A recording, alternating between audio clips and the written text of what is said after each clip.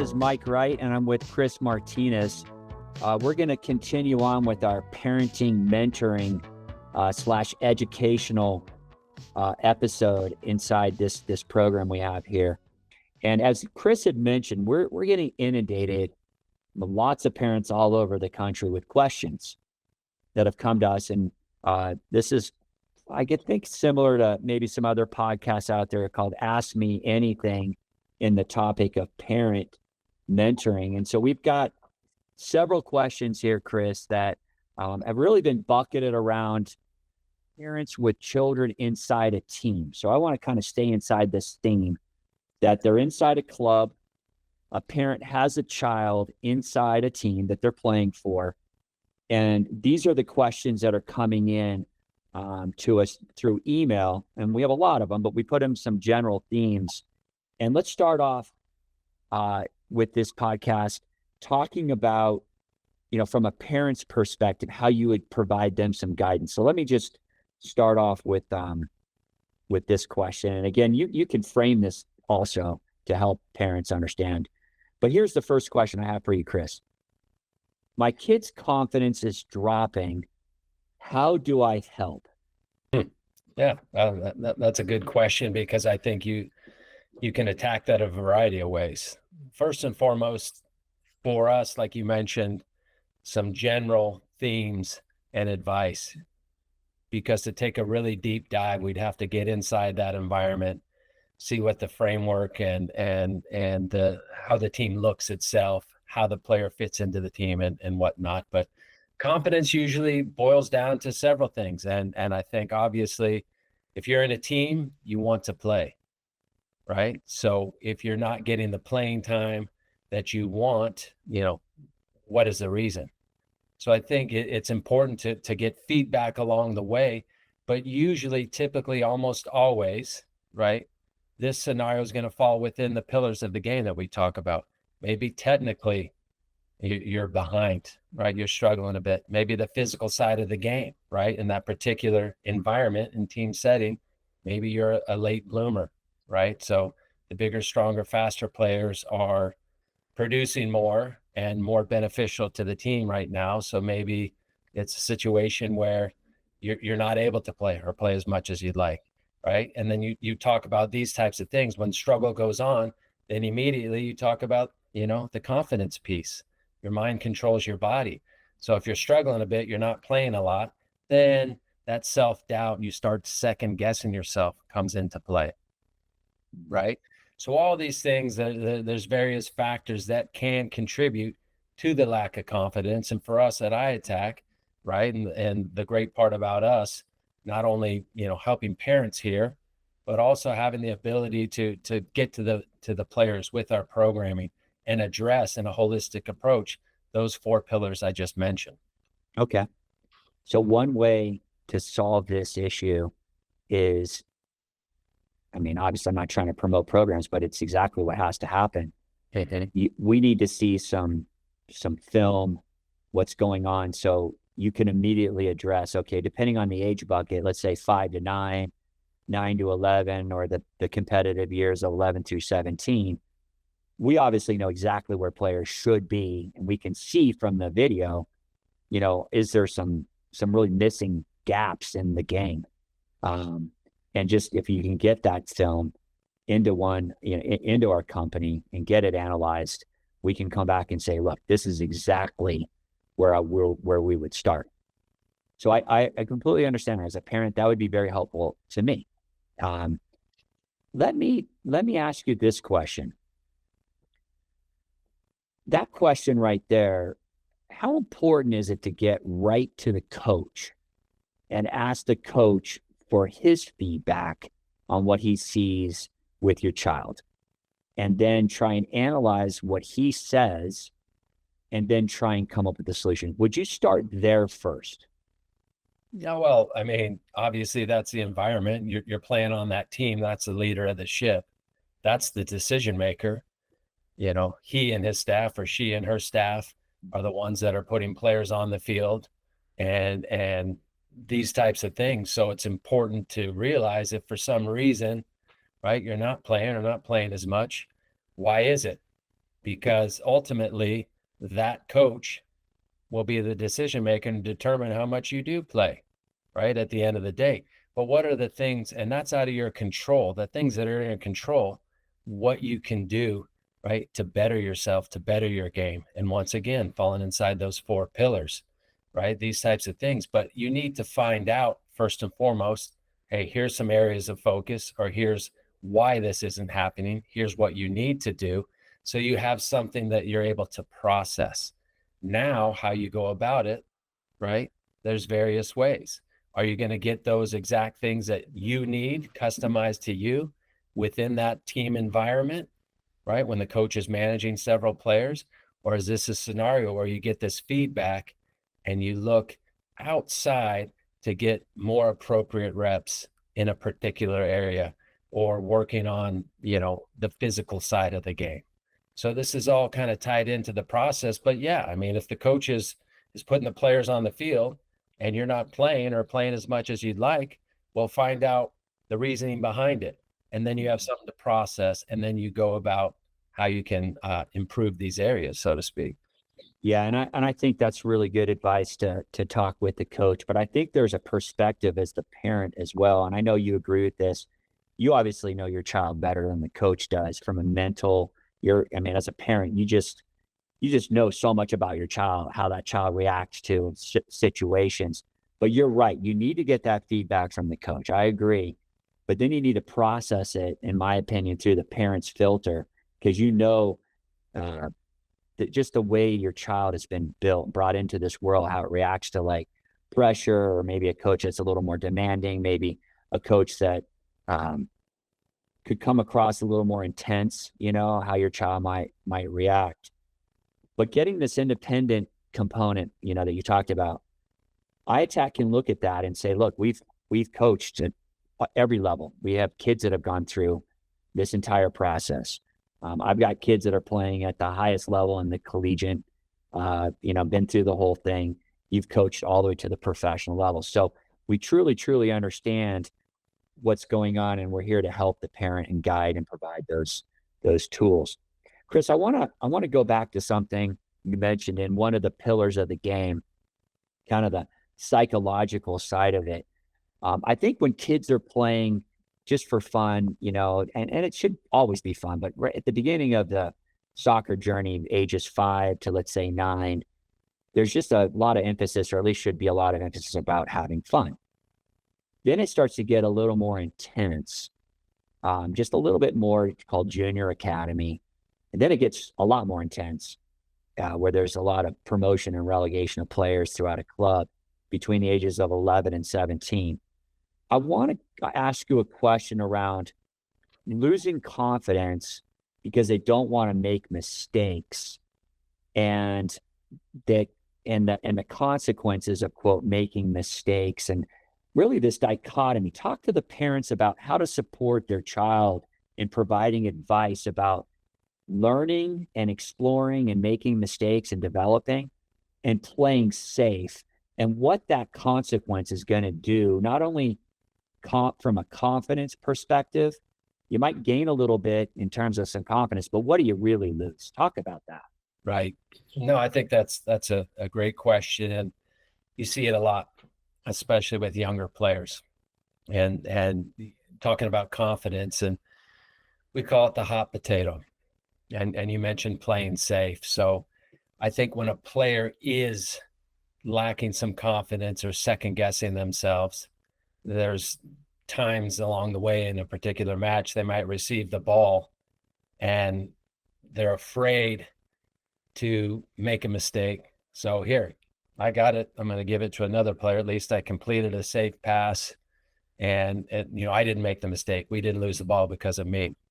And that can be super counterproductive as well, because now you're just limiting so many things that you're able to do because you're afraid to make mistakes.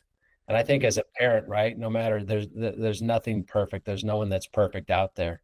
So it's encouraging them, listen, mistakes are certainly part of the game, right? But if you make a mistake, and we've talked about it, we've touched on it, that reflective piece, do you have the ability to think about the next play, the next action, so you don't fixate. And usually with younger players, one mistake, they start to panic. It leads to a second, to a third, it snowballs, gets out of control.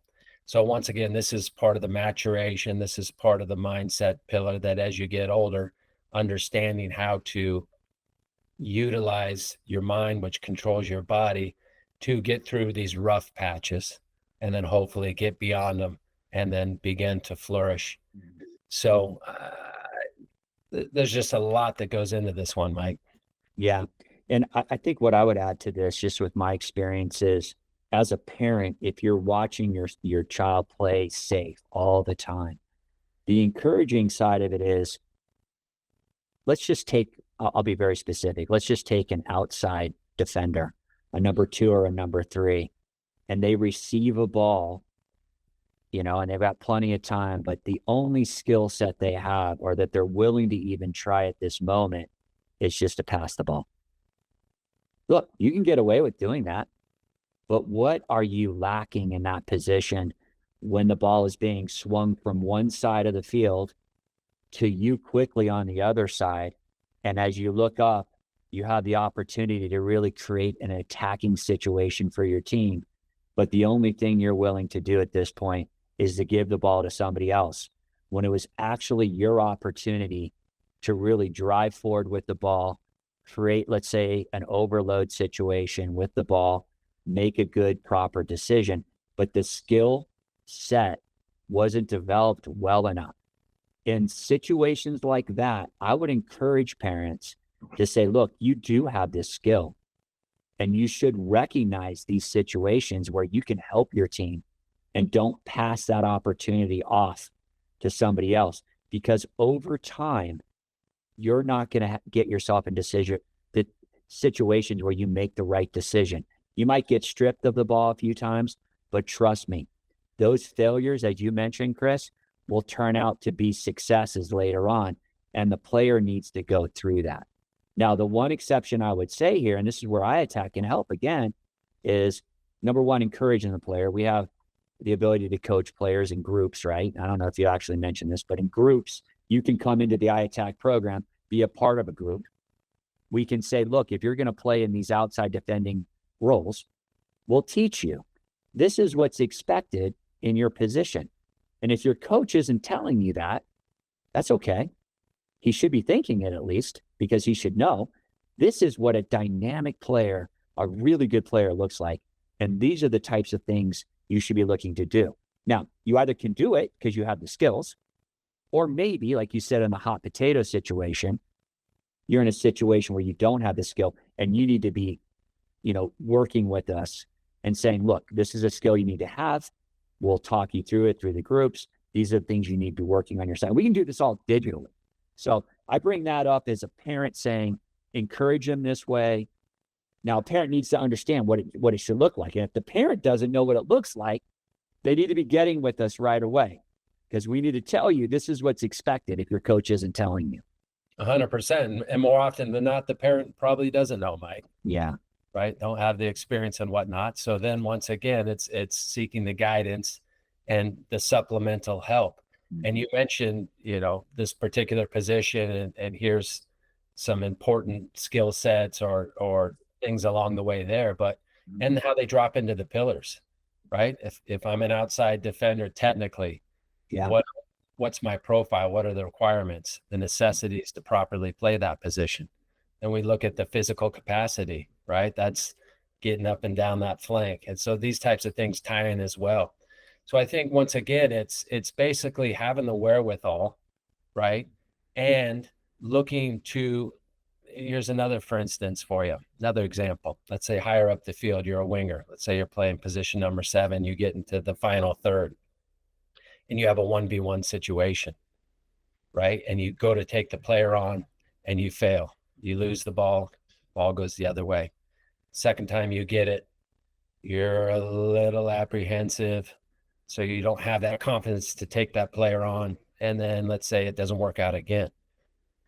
Based on the game itself, if you get isolated in a 1v1 situation, and I'm just going to my experience as a coach, the right thing to do there, right, is to take that player on. whether you fail, maybe the fifth time you beat that player, get to the end line, provide service, and a goal scored. But these are the types of things, understanding, okay, it didn't happen the first time. Maybe it didn't work the second, but this is the right thing to do. And too many times, young players that are second guessing themselves, they'll try something that doesn't work and they get in the same scenario. Turn around, play the ball backwards. At least I didn't lose it trying to take a player on, right? But that's not the right decision. And all these things are tied in. If we can foster this and really get this point across at the younger ages, that's how you learn, right? It's the trial and error. It's the process of failing and then eventually overcoming. And you could provide this message to, let's say, 50 players that play in the number 7 position. How would you do that, Chris? Well, I'd basically get them in the group, get them digitally online, and then basically pull up the scenario. And we talk about it. We show examples of what it looks like, maybe failing, and then an example of having success. But it's also, it comes down to having the appropriate mindset that I understand, right? Here's the scenario. It's happening again. I'm not going to shy away. I'm going to empower myself to do what the game requires in that instance, right? Not play safe. It's okay if it doesn't work. But when it does work and the magic happens, that's the reason why we're focusing on this. And your coach wouldn't put you in that position if he didn't think, and of all the players that are on his team, you were the person that had the likelihood to probably get that done correctly, at least attempt to try and do it. So the coach is actually wanting you to do this. If you have a good coach that's coaching you in the club, which you likely do, they're expecting this as well, not just from our experience, but from any good coach out there. Isolation one-on-ones are super important. I would just add one thing to this great example: the tool set to get it done. So the mind might be right to say, I got to do this over and over again, but the craftiness that's needed to defeat the defender, in other words, and to be successful, you need to be crafty. And what I mean by crafty is you need to have skills that are built off skills. In other words, you come at that defender and you look like you're doing the same move, but you do the first move, which might be a single step over to the left, and you push it to the right. Well, guess what? That was successful the first time you got a cross off. Well, guess what's happening also is the defender is also getting smarter and says, oh, I remember what you just did as a forward. I better not get beat this way. So as any good player that's in those positions should know this, and we can help if you don't, is you need to be able to build off that move. So maybe it's a double step over, or maybe it's a step over with the pull on the inside, push with the right. But we have the ability, Chris, my point is, to point these players. I mean, I use the example of 50 people online. Here's how you build off certain moves. 100%. And in that particular position, it's cat and mouse. And what I mean by that, it's always, keeping the defender, right, off guard, so to speak, right? Always go into a different part of your wheelhouse. Maybe you dip your shoulder, you go right, double step, these types of things. So I think, and then again, right, as a coach, if that's a scenario, it's 1v1, that particular player doesn't have coverage, the defending player, or if there isn't a pass that makes more sense, then you should take that player every time, even if you fail 9 out of 10 times. However, as you climb levels, you get wide, you get isolated. If there is coverage for that defender, and it looks more like you're going to have to beat 1, 2, 3 players, and passing the ball makes more sense, and there is a pass available, that's decision making, that's processing the game, that's continuing to refine your game and play at a higher level.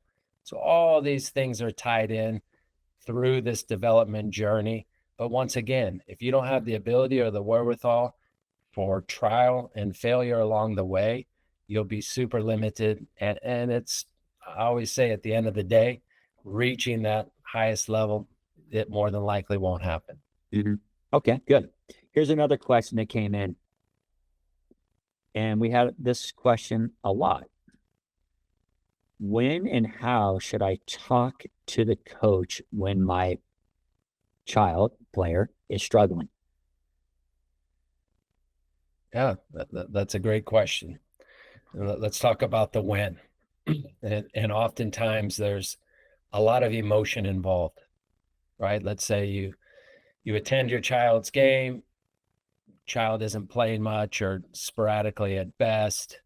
You look over on the bench, his head or her head's hung down low, and you feel yourself getting angry and boiling up inside because you hate to see your child's demeanor like this.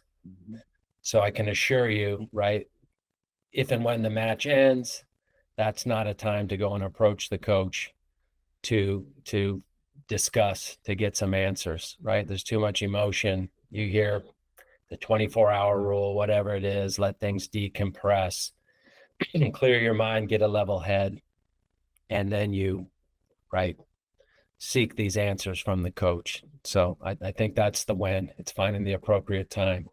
The how is a different scenario. I think it's your personal as a parent, your demeanor and your approach, right? So it's going in there with a professional attitude and mindset, and just basically you're looking for some guidance, some answers, based on this, that, and the other. And, it's not in a threatening manner. It's, I demand answers. I need this. I need that. It's really just, hey, I want to put this out there, and I'd really appreciate you providing me this, because I'm here obviously trying to help my son or daughter in this particular situation. So I think it's your approach, like anything else. No one wants to feel put off guard or threatened in any capacity. But it's at the same time, it's like you are showing care. You want to help your child. This is the coach of the team. Can I please get some guidance here, get some answers? Maybe there's some areas of focus that he'll convey that your player needs. And then you have something tangible, right, that you can always reference as well. And what I mean by that, technically, he or she needs to improve, her left foot, right? So you have that, and whether they're able to solve that in the team environment, which is probably difficult, it's working outside that team environment, maybe seeking some supplemental help and guidance to improve that area. And if you see noticeable improvements, right, and that was what you're referring to all along, hopefully, right, this works in favor of the player, right? And that's a whole nother scenario if things improve, but the playing situation doesn't change. That's a different topic entirely. Yeah, I want to double click on a couple things that you said there, Chris, if you don't mind.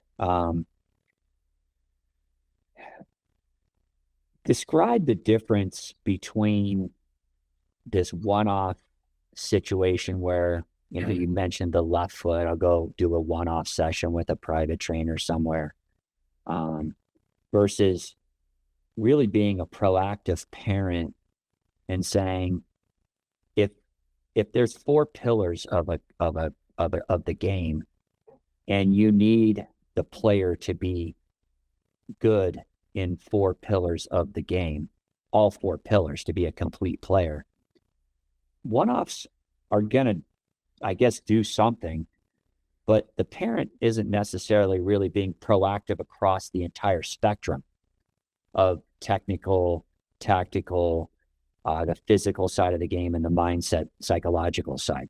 So one-offs can I guess be kind of this little shot in the arm, little instant boost of help. But talk about really being more proactive and why iATAC looks at this differently. Yeah, no, I agree with you. And the way most things exist today, Mike, is those one-off situations. And we've heard it before from a parent. It's the as the needed basis. We need to improve the left foot, so we'll maybe go out and get a private lesson or instructor to help with some left-footed ball striking. My player is physically, the movement, the agility is struggling a bit, so they'll find a fitness trainer maybe here and there to work with, right? So it's the as need basis, these one-offs. There's not a process behind it. There's not a system in place. And for what I always say, and I've always said, you're going to get out what you put in, right? There's no quick fix. There's no magic wand, right? There's no magic 8-ball. You can, I'll go and train an hour with a trainer and my left foot will be amazing now. No, it's a process. And you talked about the importance of all 4 pillars, right? So with iATAC, we can put together a situation where we're addressing the 4 pillars with a systematic approach that's applicable to your particular stage in the player development pathway, which is huge, right? Instead of as need, oh, I need to do this, a quick fix, I need this. No, it's over time and it's process oriented. So you're getting all of these important pieces of the puzzle that fall within the 4 pillars of the game on a consistent, sustained approach. And in our opinion, right, that's a much better formula to advance, to develop, to accelerate your development in this process. Yeah, and that was a very good answer, because that's what I truly believe as well. And that's what iATAC really has been built to do, is to say, let's get ahead of these challenges. And if you know what's needed from a technical standpoint, see, a lot of people just don't know what they need. But we know what's coming at the stages. And we know when you're excelling and you're excellent, in the technical aspect of the game, dependent on your position. So much of it is dependent on where are you playing on the field and what skill sets do you have. Obviously, it changes, obviously, from these really technical players that can be on the outside to very physically, but still very technical center backs. But physicality becomes very important. It's important across all the field, but extremely important down the middle of your field, obviously, and at the center back positions. But without getting into more of that was one of the questions we had here is, this is a question that came from a parent. This club environment is great. It allows me to play games that I need to play and get exposure to the college coaches. But then the parent follows up, says, this environment is intense. How do we survive it? I think that's a great question, because on one side, iATAC believes exactly what that parent said. We think the club environment is tremendous. We love the club environment. We think without the club environment, we wouldn't have this platform for the games and for, players to move up and down and college coaches to see them. So we think the club environment is tremendous. But the parent is asking, didn't say I don't like the club environment. The parent is saying I need to survive, which is a really interesting word. I need to be able to live and survive inside this environment. How do I do this? It's a question. Mm-hmm. So I think there's a little bit of, hey, I've got some pressure coming from below with other players. I've got some intense, expectations at the highest level. How do I hang on to my position up here? But I'm also feeling like, am I doing enough? So talk a little bit about that really interesting question. Yeah, I mean, that's a really broad question as well. And once again, I think we got to walk it back and find out exactly what that environment looks like. Mm-hmm. Yeah, I agree. You really do. And obviously, who knows, is that player on the first team, right, doing whatever he can do to stay on that team and not be replaced by a second team player, so to speak, or someone from outside the club. Mm-hmm. Does their player play on the second team and feel like, man, I'm frustrated, I can't quite break into the first team? So these are things that you'd have to own in on to better answer. But what I will say, like anything else, as you play any competitive sport, right, there's the pressures, the outside pressures, the pressures from within the team that naturally take place. So as a player, once again, we talk about controlling what you can control. The more prepared we are within those 4 pillars of the game, right, is what we can control, right? And in saying that, once these are in place, they have been addressed, continue to be addressed, that's what you rely on, that becomes your skill set. That becomes your go-to, right? But if we're lacking in areas and then all these other pressures are adding up, then that's a whole different scenario, right? Yeah. And a good example might be, let's say you're selected to play on a competitive team and you're 11 and 12 and you get the job done because you just have been stronger than the rest of the players and a bit faster than the rest of the players. But then that maturation process happens, right? That you spoke about earlier. Everybody else gets stronger, they get faster. And if you didn't focus on this technical side of receiving, controlling, playing the ball, you're more reliant upon just more of the direct runs, the physicality, and not really working closely with the ball. For you to continue to have success, you need to catch up in those areas. But the first thing is, as a parent, is you got to recognize that this is coming. And if you don't recognize this is coming, it's going to be too late at some point to try and catch up. So for a lot of the teams that are selected, and unfortunately at younger ages, maybe this is maybe just a little bit too prevalent, they're looking to win games. And so they may select, I'm saying clubs may select the more physical dominant player just to be able to score the goals and to get the results. But those younger players, and I give clubs a lot of credit here. They do bio banding, where they'll take a player that's really good, but may just be a late bloomer, and that player may play down a level because physically he's just getting knocked around, but could be a really good player later on because they love the ball control, are very technical. It's just we need to wait a few more years for that player to mature, and those players can be tremendous players. Bio banding is just a phrase that says you might be playing, with kids that are 13 or 14, you haven't matured, they have, and you might be asked by the club, a parent would say, or the club would come to the parent and say, hey, would you play one more year again at this lower level to let your child catch up from a physical aspect, and then we'll move them back up. A lot of parents are reluctant to do that. I understand why. You don't want to lose your spot. Right. But I guess my point is that, when someone says, how do I survive it? I think the first thing I would say, Chris, is recognize that it's competitive. You need to talk to your child that, hey, it's okay that this is happening. You might have some playing time, you might not. It's all part of the process, right? And then, like you said, look at the controllables inside the pillars.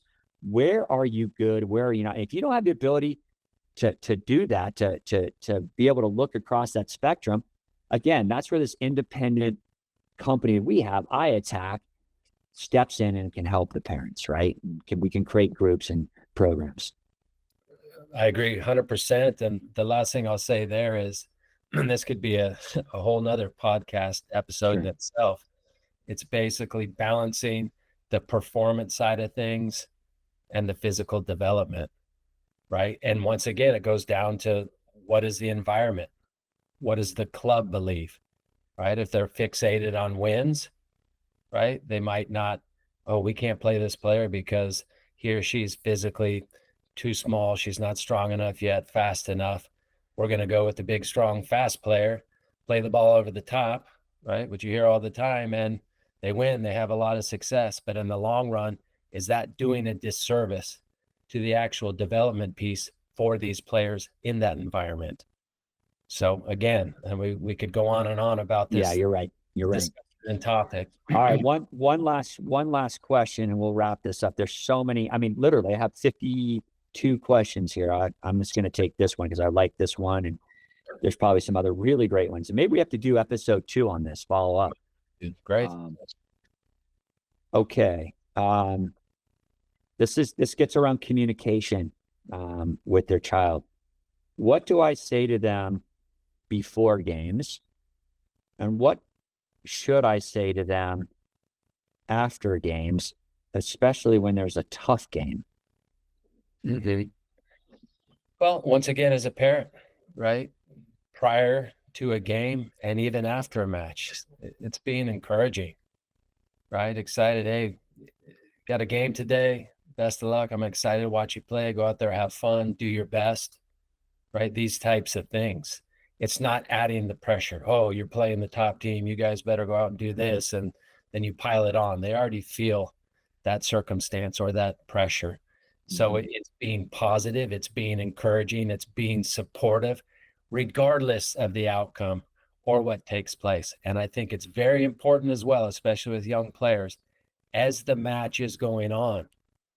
And if your particular player might be having a difficult day or not playing at his or her best, especially when they're younger, they tend to look over at their parents, right? And it's your body language. If you're sitting there like this or doing these types of things right away, oh my goodness, how counterproductive that can be for the player.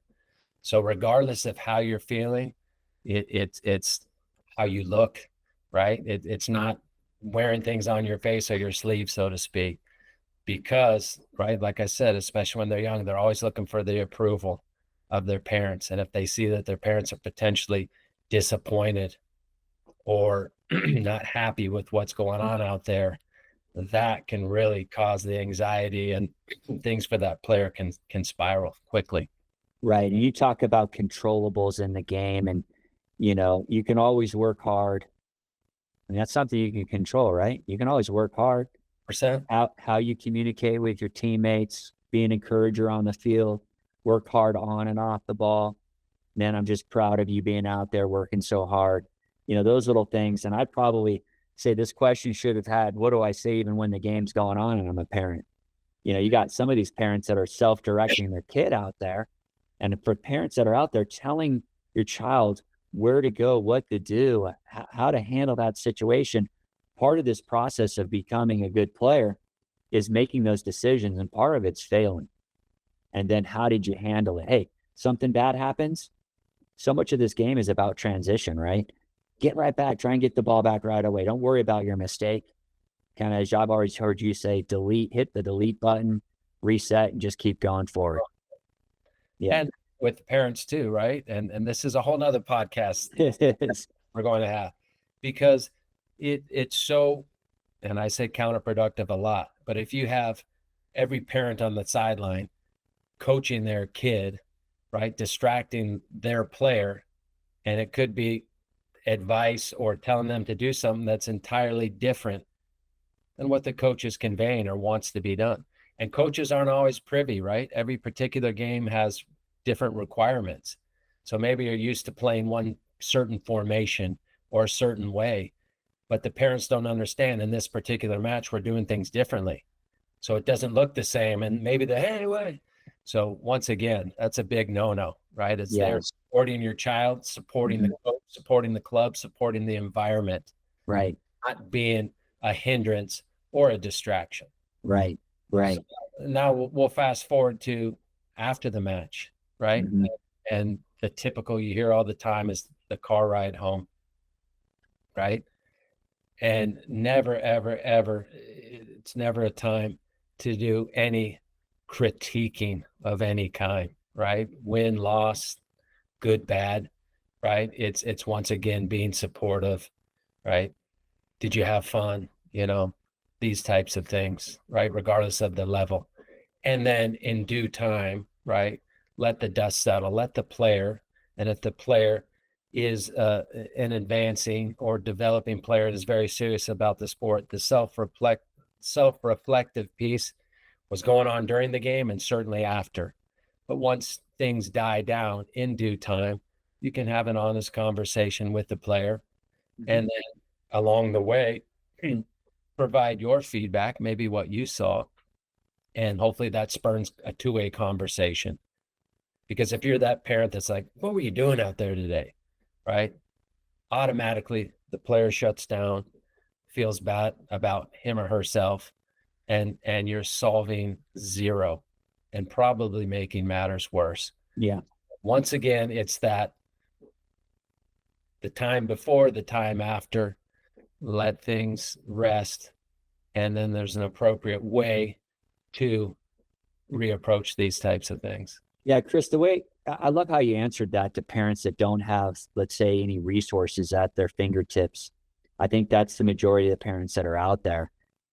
I would say another way you could answer this is, if you're proactive, let's say with a company like iATAC, and you knew where the child was playing. Again, this conversation, I think the way we're answering it right now for like kids that are 5 or 7, if they're 5 or 7, you just have a good time, you cheer on, you encourage them, you know, you go in the backyard, you kick the ball around with them a little bit and say, hey, listen, that little beehive is always in the center. Let's dribble that thing around the outside and see what happens. And just have fun. That's about as far as it goes. Then they tried really hard and you were super happy, and you tell them, great job, right? That's how it happens at the early ages. Not about all these tactics or anything like that. It's crazy. But the way we answered it now for this question was really kind of getting into that competitive world a little bit, or the junior competitive. And we're answering it with kind of, you said team with formations and systems. If you're at that level, let's say that ages of, let's say, competitive level, a company like iATAC could provide a solution to parents where, depending on that position, these are some expectations that you should be trying to achieve, some measurable goals that you should be trying to achieve in your position. And then when the game's over with, it's not emotional at that point. It's just factual, right? It's like, hey, part of my job is to get to the end line as an outside player. I'm going to try and do it 5 times a game. I'm going to try, or 5 times a half, maybe. All right. Let's say start with 5 times a game, maybe go to 5 times a half. But you break it down to first half, second half. Here's some measurable little teeny things that you can do. And the player understands that. They're a sophomore in high school, and they understand getting to the end line as a wing player and serving the ball across the box is important. But then you rewind a little bit. How do I make that happen? How do I do that? What are the skills I need? What's the fitness I need? What's the awareness look like? That's where iATAC comes in and can take players that are good players and make them a little bit better. And we want to make them great players, because they don't just understand all the measurables about how to get to those measures. Oh, I want to cross the ball 5 times. Well, what does that look like? What are those scenarios look like? What does the skills look like? And so that's why we exist, actually. So it's a good question. And there's so much to add to that. And I don't want to run this episode on too long. Yeah. But there's been some great questions. I think this has been fun. Any last parting comments, Chris, about, parents and mentoring the parents and educating them about, their player with the team? Well, the last thing that I'll say is the reason we exist, right? And we say it all the time. We want to make a difference. We want to make a difference in the next generation of players. And we see how critical the parent piece as well is as well. So, if we have the ability, based on our experience and everything that we've been through, to help these parents in this capacity, it's super exciting, because everyone's tied in together in this. And, we do want to make a difference, and we do want to help people at the end of the day. And it's exciting. Okay. All right. Well, thank you. And we'll have our next podcast coming soon. Take care. Take care.